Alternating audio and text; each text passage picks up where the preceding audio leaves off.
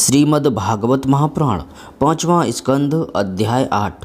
भरत जी का मृग के मोह में फंसकर मृग यौन में जन्म लेना।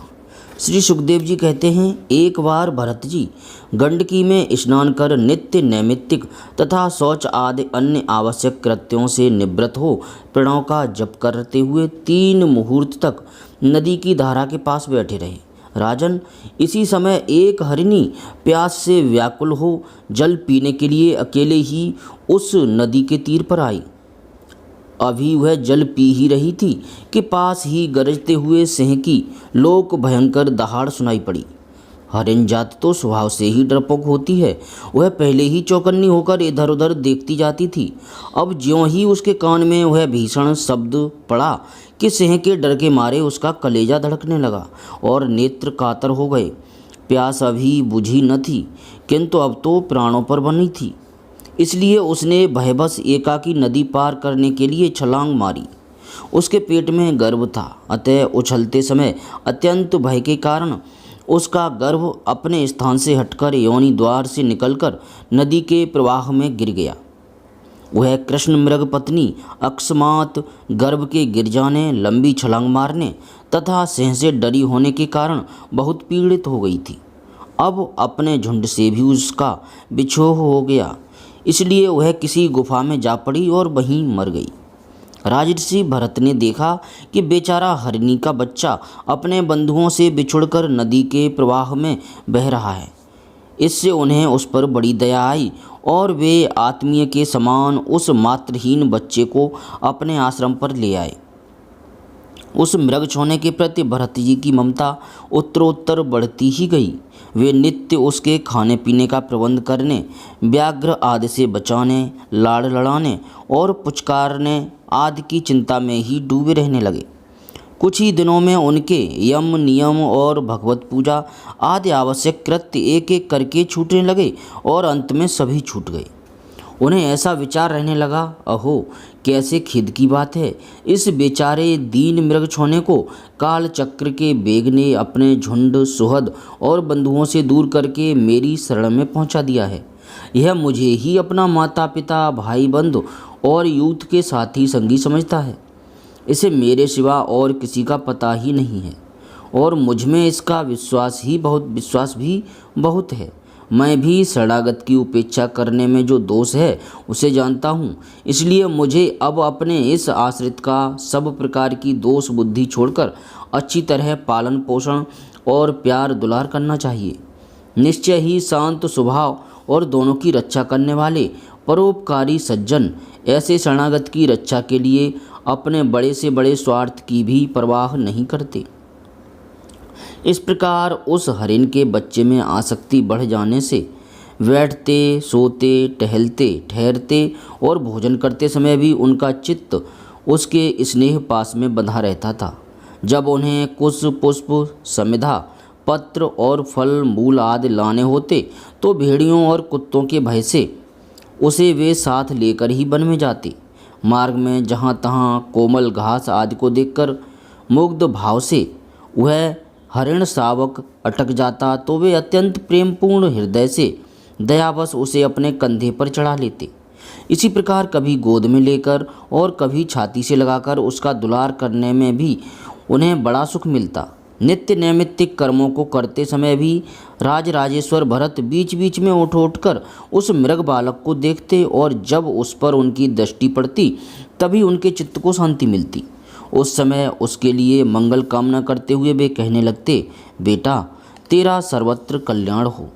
कभी यदि वह दिखाई न देता तो जिसका धन लुट गया हो उस दीन मनुष्य के समान उनका चित्त अत्यंत उद्विग्न हो जाता और फिर वे उस हरिणी के बच्चे के विरह से व्याकुल एवं संतप्त हो करुणावश अत्यंत उत्कंठित एवं मोहाविष्ट हो जाते तथा शोकमग्न होकर इस प्रकार कहने लगते, अहो क्या कहा जाए, क्या वह मातृहीन दीन मृग शावक दुष्ट बहेलिए की सी बुद्धि वाले मुझ पुण्यहीन अनार्थ का विश्वास करके और मुझे अपना मानकर मेरे किए हुए अपराधों को सत्पुरुषों के समान भूलकर फिर लौट आएगा।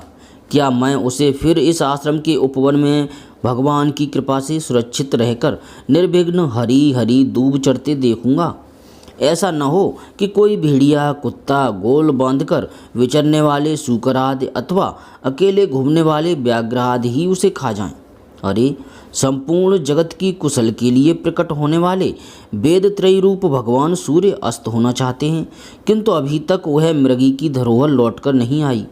क्या वह हरिण राजकुमार मुझ पुण्यहीन के पास आकर अपनी भांति भांति की मृग सावकोचित मनोहर एवं दर्शनीय क्रीड़ाओं से अपने स्वजनों का शोक दूर करते हुए मुझे आनंदित करेगा? अहो, जब कभी मैं प्रणय कोप से खेल में झूठ मूठ समाधि के बहाने आंखें मूंद कर बैठ जाता, तब वह चकित चित्त से मेरे पास आकर जल बिंदु के समान कोमल और नन्हे नन्हे सींगों की नोक से किस प्रकार मेरे अंगों को खुजलाने लगता था। मैं कभी कुशों पर हवन सामग्री रख देता और वह उन्हें दांतों से खींचकर अपवित्र कर देता, तो मेरे डांटने डपटने पर वह अत्यंत भयभीत होकर उसी समय सारी उछलकूद छोड़ देता और ऋषि कुमार के समान अपनी समस्त इंद्रियों को रोककर चुपचाप बैठ जाता था। फिर पृथ्वी पर उस मृग शावक के खुर के चिन्ह देखकर कहने लगते, अहो, इस तपस्विनी धरती ने ऐसा कौन सा तप किया है जो उस अति विनीत कृष्णसार किशोर के छोटे छोटे सुंदर सुखकारी और सुकोमल खुरों वाले चरणों के चिन्हों से मुझे, जो मैं अपना मृगधन लुट जाने से अत्यंत व्याकुल और दीन हो रहा हूँ, इस द्रव्य की प्राप्ति का मार्ग दिखा रही है और स्वयं अपने शरीर को भी सर्वत्र उन पद चिन्हों से विभूषित कर स्वर्ग और अपवर्ग के इच्छुक द्विजों के लिए यज्ञ स्थल बना रही है। चंद्रमा में मृग का सा श्याम चिन्ह देख उसे अपना ही मृग मानकर कहने लगते, आहो, जिसकी माता सिंह के भय से मर गई, आज वही मृग शिशु अपने आश्रम से बिछुड़ गया है। अतः उसे अनाथ देखकर क्या ये दीन वत्सल भगवान नक्षत्रनाथ दयावश उसकी रक्षा कर रहे हैं? फिर उसकी शीतल किरणों से आह्लादित होकर कहने लगते, अथवा अपने पुत्रों के वियोग रूप दावानल की विषम ज्वाला से हृदय कमल दग्ध हो जाने के कारण मैंने एक मृग बालक का सहारा लिया था। अब उसके चले जाने से फिर मेरा हृदय जलने लगा है, इसलिए ये अपनी शीतल शांत स्नेहपूर्ण और वदन सलिल रूपा अमृतमयी किरणों से मुझे शांत कर रहे हैं। राजन, इस प्रकार जिनका पूरा होना सर्वथा असंभव था, उन विविध मनोरथों से भरत का चित्त व्याकुल रहने लगा। अपने मृग शावक के रूप में प्रतीत होने वाले प्रारब्ध कर्म के कारण तपस्वी भरत जी भगवद आराधन रूप कर्म एवं योगानुष्ठान से च्युत हो गए। नहीं तो जिन्होंने मोक्ष मार्ग में साक्षात विघ्न रूप समझकर अपने ही हृदय से उत्पन्न दुस्त्यज पुत्र आदि को भी त्याग दिया था, उन्हीं की अन्य जातीय हरिण शिशु में ऐसी आसक्ति कैसे हो सकती थी? इस प्रकार राजऋषि भरत विघ्नों के वशीभूत होकर योग साधन से भ्रष्ट हो गए और उस मृग छोने के पालन पोषण और लाड़ प्यार में ही लगे रहकर आत्म स्वरूप को भूल गए। इसी समय जिसका टलना अत्यंत कठिन है, वह प्रबल वेगशाली कराल काल चूहे के बिल में जैसे सर्प घुसा आए, उसी प्रकार उनके सिर पर चढ़ाया। उस समय भी वह हरिण शावक उनके पास बैठा पुत्र के समान शोकातुर हो रहा था। वे उसे इस स्थिति में देख रहे थे और उनका चित्त उसी में लग रहा था। इस प्रकार की आसक्ति में ही मृग के साथ उनका शरीर भी छूट गया। तदनंतर उन्हें अंतकाल की भावना के अनुसार अन्य साधारण पुरुषों के समान मृग शरीर ही मिला, किंतु उनकी साधना पूरी थी, इससे उनकी पूर्व जन्म की स्मृति नष्ट नहीं हुई। उस योनि में भी पूर्व जन्म की भगवद आराधना के प्रभाव से अपने मृगरूप होने का कारण जानकर वे अत्यंत पश्चाताप करते हुए कहने लगे, अहो, बड़े खेद की बात है, मैं संयमशील महान भावों के मार्ग से पतित हो गया। मैंने तो धैर्यपूर्वक सब प्रकार की आसक्ति छोड़कर एकांत और पवित्र वन का आश्रय लिया था। वहाँ रहकर जिस चित्त को मैंने सर्वभूतात्मा श्री वासुदेव में निरंतर उन्हीं के गुणों का श्रवण मनन और संकीर्तन करके तथा प्रत्येक पल को उन्हीं की आराधना और स्मरण आदि से सफल करके स्थिर भाव से पूर्णतया लगा दिया था। मुझ अज्ञानी का वही मन अकस्मात एक नन्हे से हरिण शिशु के पीछे अपने लक्ष्य से च्युत हो गया।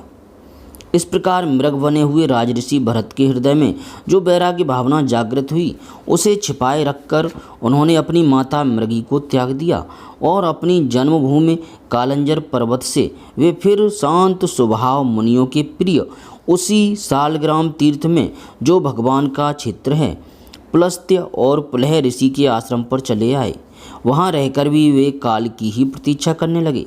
आसक्ति से उन्हें बड़ा भय लगने लगा था। बस अकेले रहकर वे सूखे पत्ते, घास और झाड़ियों द्वारा निर्वाह करते हुए मृग योनि की प्राप्ति कराने वाले प्रारब्ध के क्षय की बाट देखते रहे। अंत में उन्होंने अपने शरीर का आधा भाग गंडकी के जल में डुबोए रखकर उस मृग शरीर को छोड़ दिया। श्रीमद् भागवत महापुराण 5वां स्कंद अध्याय 8 समाप्त। जय श्री कृष्ण।